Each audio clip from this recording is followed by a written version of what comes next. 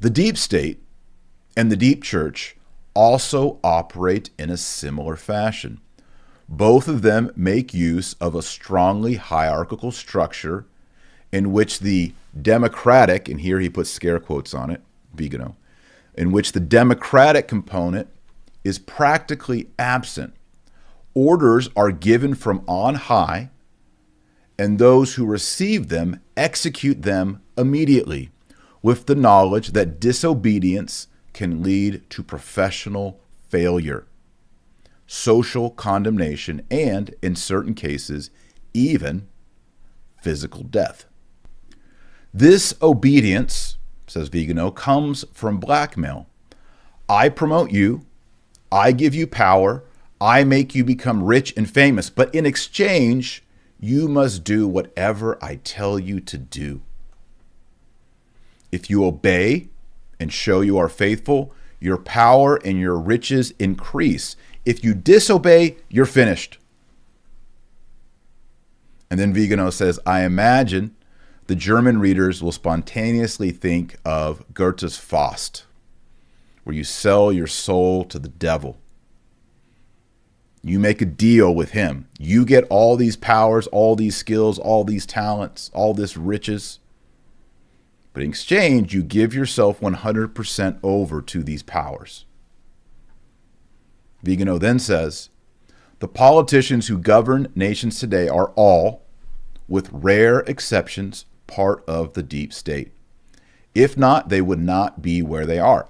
Let's think about the case of the American presidential election since November 3rd. Since President Trump was not considered to be aligned with the prevailing thought, it was decided to oust him with an electoral fraud of unheard of proportions, says Vigano, which coincidentally brought a Democratic progressive Catholic to the White House who is perfectly aligned with the agenda of the Great Reset, says Vigano.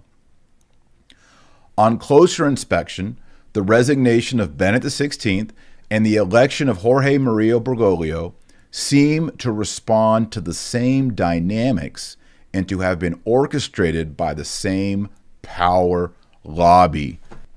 In other words, those who have the same message, human fraternity, ecumenism, religious indifferentism, Catholicism not as the one true religion, but as one of many in a Luby's cafeteria setting. And then he's asked, what do you think can be done to avoid this development of a tyranny of Satan, which he calls a tyranny of Satan? He says, we cannot allow through the boogeyman of a pandemic created by a committee nations to be prostrated by an induced economic and social crisis, nor that the population be subject to the limitations of liberty and violation of the law and common sense itself. If we are able to stand firm and not retreat before these general tests of dictatorship, the deep state will withdraw, awaiting a more propitious times, and we will have time to avert the establishment of tyranny. But if we let things go, says Vigano, we will make this infernal plan irreversible. He says, let us not forget, as Catholics, we Catholics have a very great responsibility, both towards our pastors as well as towards those who govern us.